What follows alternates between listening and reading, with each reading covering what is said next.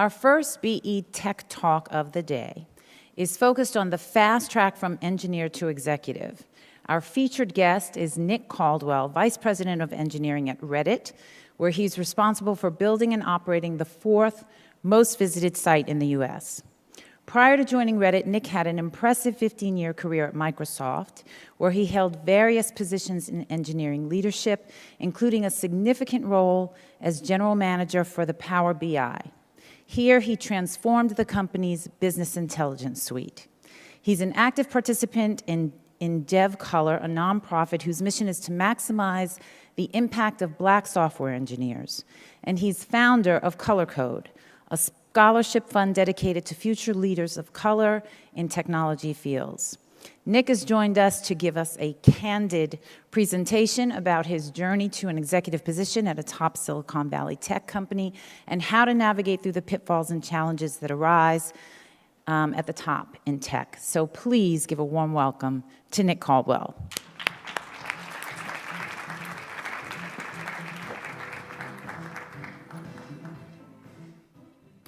Hey folks, can you hear me? All right. So first off, I want to thank Black Enterprise for allowing me to be here and present to you guys. It's really an honor, and this is just a fantastic conference so far. I hope you guys are having a good time. So I'm Nick. I'm VP of Engineering at Reddit. As Candace mentioned, it's the 4th largest website in the United States. Before that, I was general manager at Microsoft. I was running a 300-person team there called Power BI. And I suppose you know, the interesting thing about me and why Black Enterprise asked me to attend is that I'm really like one of the few Black executives who came up through the engineering track in Silicon Valley. I've been in Silicon Valley for a year. I think I've only met 2 other Black execs who came up through tech, so it's pretty rare. I think the other interesting thing, and what I'm hoping to inspire you guys about with this presentation, is I managed to reach that executive level at Microsoft in only 12 years. So I did it pretty quick. As far as I know, I'm the second fastest person to reach a GM position at Microsoft. And I know the guy who's the fastest too. He's a smart guy. So I've got 20 minutes. I'm going to tell you about my career journey, and I hope you'll walk away from this talk with something that resonates. And if I do a really good job, maybe you'll become a VP as well. That's my real hope. So let's get going on slides. So first I want to start with a little bit of ancient history. To reach an exec level, you've got to have a deep well of drive and motivation. The most common question I get is, hey, what drives and motivates you? So it comes from a really, really early age. I grew up in PG County, Maryland. Anyone here from there? Yeah. This is the first time that's ever happened. So my mother was a first-generation Jamaican immigrant, and she was also a DC public schools teacher. So you can imagine she's going to bring me a lot of discipline and focus.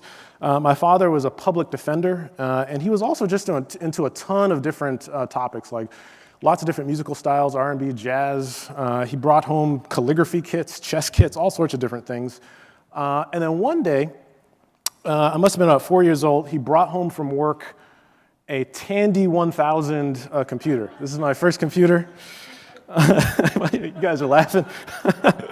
This is one of the very first personal computers. If you didn't know that, it has a 086 processor, and it's been upgraded to a whopping 640 kilobytes of memory, and it's running the state-of-the-art MS-DOS 2.0. So it's basically a pocket calculator in today's terms. But I love this thing. I fell in love with it.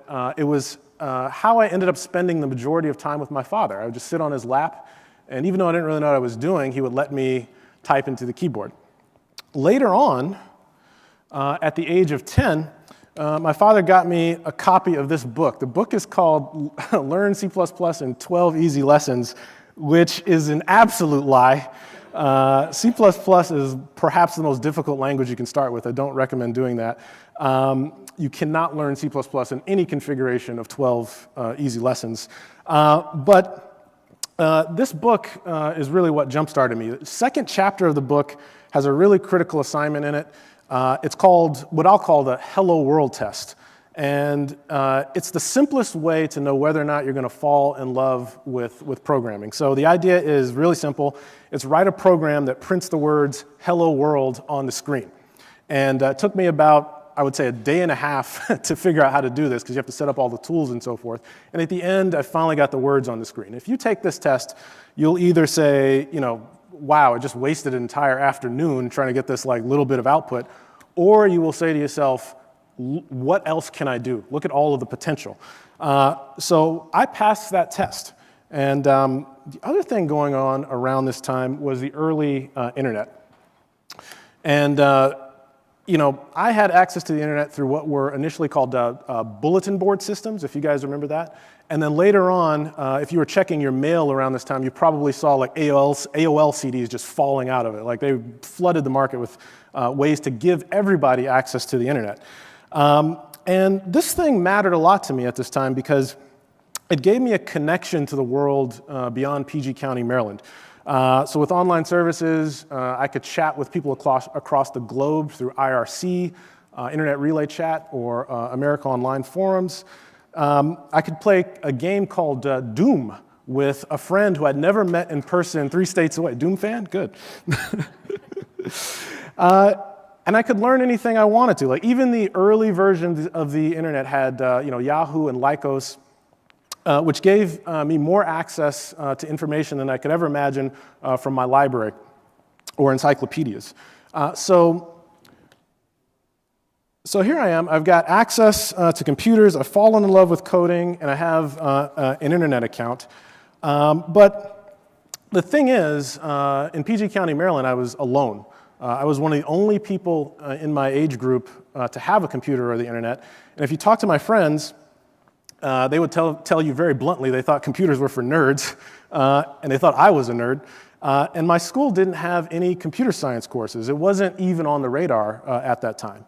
And my heroes were people like John Carmack, who was a co-creator of Doom, one of the best video game programmers in history, or Bill Gates, who was making PCs available to everybody on the planet. And I wanted more than anything to be a part of that world.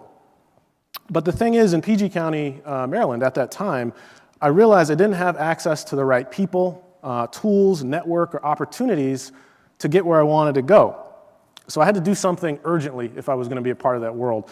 And there's a quote I read a few days ago, and it really explained my mindset at this time. The quote is from Randy Zuckerberg, who's Mark Zuckerberg's sister. She said, work, sleep, family, fitness, friends. You get to pick 3. And I said, well, you know what? I'll just pick 1. And I just picked work. So I went all in on computer programming. I pretty much dropped every hobby I had. I locked myself in my room. I didn't talk to my friends. I just disappeared and studied programming as hard as I could. I was really just on a mission to break into this other world. And the results were good. It got me into a better high school in a different neighborhood with a computer science course. It got me in a good college. I ended up going to MIT, and then on into the workforce. So I think the simple answer to what motivated me wasn't much different from any other kid who grows up in a neighborhood like I did. We're all looking for a way to get paid. The difference is that my heroes and my role models were so different from what I saw every day that I knew I needed to change something big, something drastic, and really, really focus to get what I wanted. So the next thing I did in my career after I graduated college was a little bit unusual, or at least it'll seem unusual to people who live in Silicon Valley. When I graduated college, I went straight to Microsoft, a big company. And people always ask me, well, why not Google or Facebook? But you have to remember, back in 2002, those were just startups. Actually, Facebook didn't even exist. So if you asked me to join a startup, I would tell you like you were insane for the following reasons. The common Silicon Valley mantra, fail fast. That's crazy to me. Come work for a 25-year-old CEO who has no college degree, but he has a vision to change the world. That's crazy to me. The ability to take that kind of risk is a privilege that I thought I did not have. I certainly didn't think I had it. What I had was student loan debt. And I thought it might be nice to be able to afford a car or help my parents with their house payments. I wanted some certainty that all this hard work I'd done was going to pay off. So it wasn't until I had a pretty wide safety net of professional skills, a reputation, strong network, that I really began to closely look at Silicon Valley. And I know a lot of people who think that way, even to this day. So I started my career at Microsoft, and I'm not going to talk about the entire thing because that's going to take too long, but I want to give you 3 important career moments. First one, I got a job as an engineering manager 3 years into my Microsoft career. The first story I want to tell is about the day I learned the difference between management and leadership. So Microsoft's a big company, and for me, it was living up to its reputation as like being very, very slow moving. I was working on the 12th version of Office, and we just weren't doing anything new. So this was like incredibly frustrating to me. I have a very entrepreneurial spirit. So one day, I like barged into my one of my mentors' rooms. His name is Ravi Shahani. He still works there today. I barged in his office, and I just unload a bunch of complaints. I'm like, the project managers are dumb, our product roadmap is too slow, and on and on and on. I'm just railing on him for like 10 minutes. And then after I finished, he said, you know, Nick, I'm going to teach you a very, very important lesson. He said, Nick, you're a great manager. You know how to get tickets across the board, you know how to organize people, but you are not a leader. And I'm like, wow, that hurts. What do you mean? And he says, all these things that you're complaining about, who do you think is going to fix them? He said, the difference between a manager and a leader is a leader takes responsibility for what happens next. So, are you going to sit here and keep complaining about this, or are you going to do something about it? And it was a total mindset shift for me. But I understood exactly what he meant. So I left his office, thought about what to do for a little bit. I went to the office of my general manager, and I said, look, I'm frustrated. Put me in charge of the product roadmap. I'll figure this out. And somehow, I don't know like what I said to convince him, he allowed me to do it. And over the next 3 months, I did the product planning and generated enough interesting work to last the team 4 more years. So with all those projects and that change of attitude, my career continued to grow. The next project I worked on was a really big one. It had a weird name. It was called Info Navigator. You can actually Google that right now, and I got to run the engineering team. The important thing about this project, though, is that it was sponsored by Bill Gates, who's my childhood hero, and also richest man on the planet. It also meant that I had to meet Bill Gates once a month. So I want to tell you about the first time I did a Bill Gates review meeting. So you don't just meet Bill Gates. Going to talk to him actually takes a month of preparation. It takes more preparation than what I had to do for this conference. We planned as a team for a month just to go see this guy for an hour. So finally the day comes, we get in his office building, I enter through the secret elevator, go to the top floor, and there is Bill sitting in his desk at what is the biggest office I've ever seen overlooking Lake Washington. And of course he's playing solitaire on his computer. Also in that room was Satya Nadella, who's currently the CEO of Microsoft, the leaders of several other multi-billion-dollar Microsoft businesses, and my boss, and we're all just looking terrified and nervous because Bill Gates, despite how friendly he looks in this photo, has a reputation. So eventually my turn came, and I launched into my 30-minute presentation. I observed 3 things. First, Bill does look like a really nice guy, but he curses like a sailor, and he had no problem attacking ideas, but he never disrespected anybody personally. Second thing, even the smallest words that Bill said carried weight. Even just his facial expressions were taken down as notes and delivered back to the team like, you know, ancient Mayan gold that was found. So I had to be very, very careful about what he said. It made me think about how people perceive me as a leader and, you know, what do they take away from what I say. And then finally, the topic of the presentation I was giving Bill was an architecture for using natural language queries against structured data sets. And because I put so much work into that area, I knew more about it than anyone in the room, despite their fancy titles and years of experience.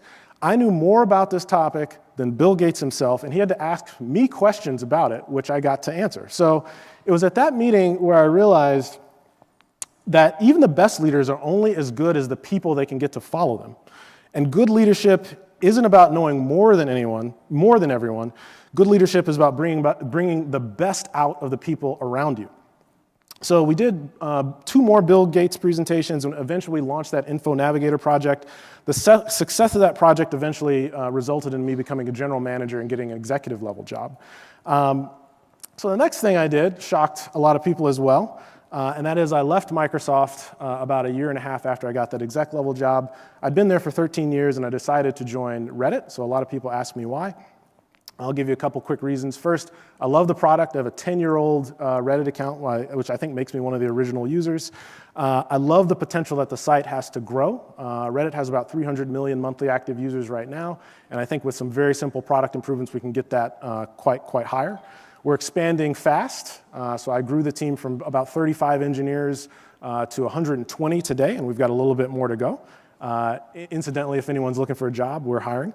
And the final thing is I just love the people I work with, particularly their commitment to diversity and inclusion. So if you see that photo there in the top right, that's the entire exec team at the Tech Inclusion Conference last year. And diversity is a top-level executive priority for the company. Starts at the exec level, goes all the way down. So that's my career up to now. And what I'd like to do is switch gears a little bit. As I said, my hope is that we'll see more people like myself up at the exec levels. So I want to try and end this presentation with a couple tips that I think will help you guys as you make your way into executive roles. So 3 fast-track tips for diverse leaders. First one, get comfortable with being uncomfortable, because comfort is the enemy of progress. Remember that. The tech industry is about continuous change, so when you start getting comfortable, you're no longer growing. When you think you know everything about your current technology or current role, it is certainly time to get a new one. For me, this meant leaving Maryland and going to school in Boston, then going to Seattle, far away from home, my family and people like me. It meant deciding to get an MBA while working full-time, and it meant leaving my cushy Microsoft executive job at the height of my career and joining Reddit.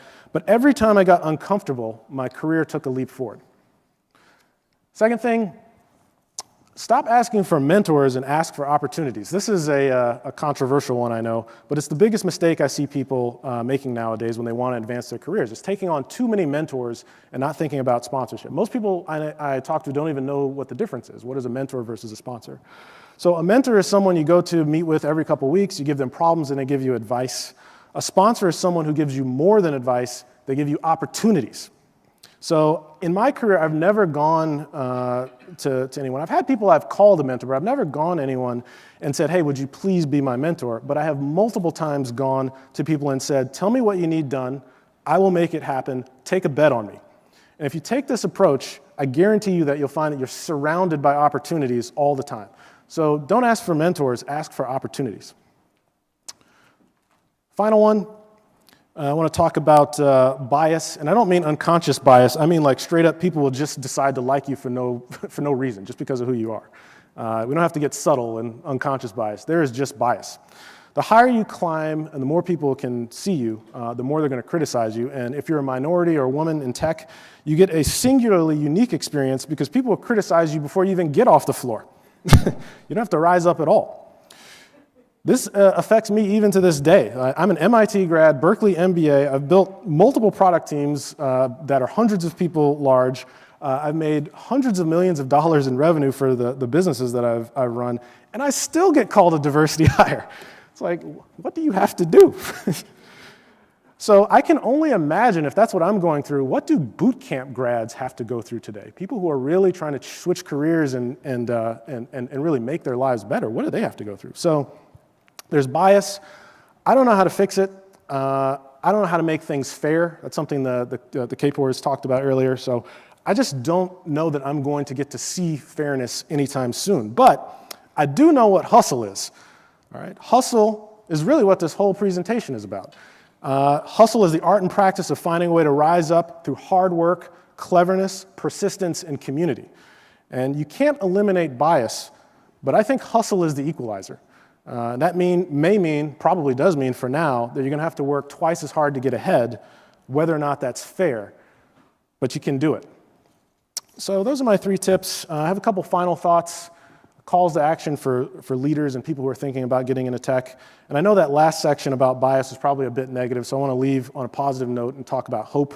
I spent most of my tech career in Seattle, and there were times I could go weeks without seeing another black person at work.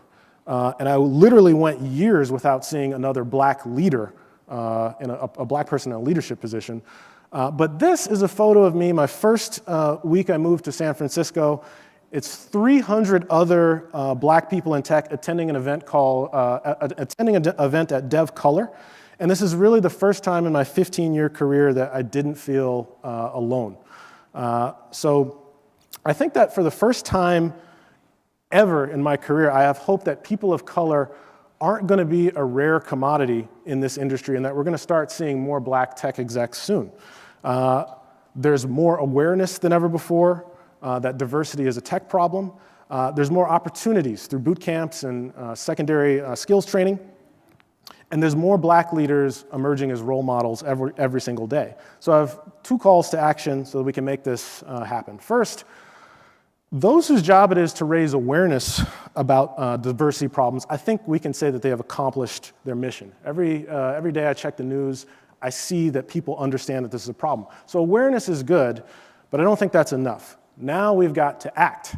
So if you're a leader who has the power and the ability to make a difference, please do so by actually sponsoring or hiring an underrepresented person. The door is cracked open now for a new generation of diverse leaders, and I'm asking you guys who are current leaders to help hold the door open. And the second thing is, I was wrong about something I said earlier when I said that it would be insane to take a risk and join a Silicon Valley company, because what I didn't understand when I was making that decision many, many years ago is that Silicon Valley has more opportunity than any other place on the planet. And Silicon Valley will reward you for taking risk. So to those who are thinking about coming to the Valley or just getting into tech and are maybe a little bit hesitant because of all you've read, I'm telling you to do it. Head out here, head west, head toward the opportunity and do it now. If you're afraid that there will be risk, well, there will be, but the rewards are enormous. And if you think there'll be struggle and bias against you, there will be. But I'm telling you, you can hustle your way through it. If you do this, you'll find the opportunity to change your life and maybe even to change the world. So with that, it's my presentation. Thank you guys. If you guys need to get in touch with me, I want to say it again, Reddit is hiring. And you can also follow me on Medium, Twitter, or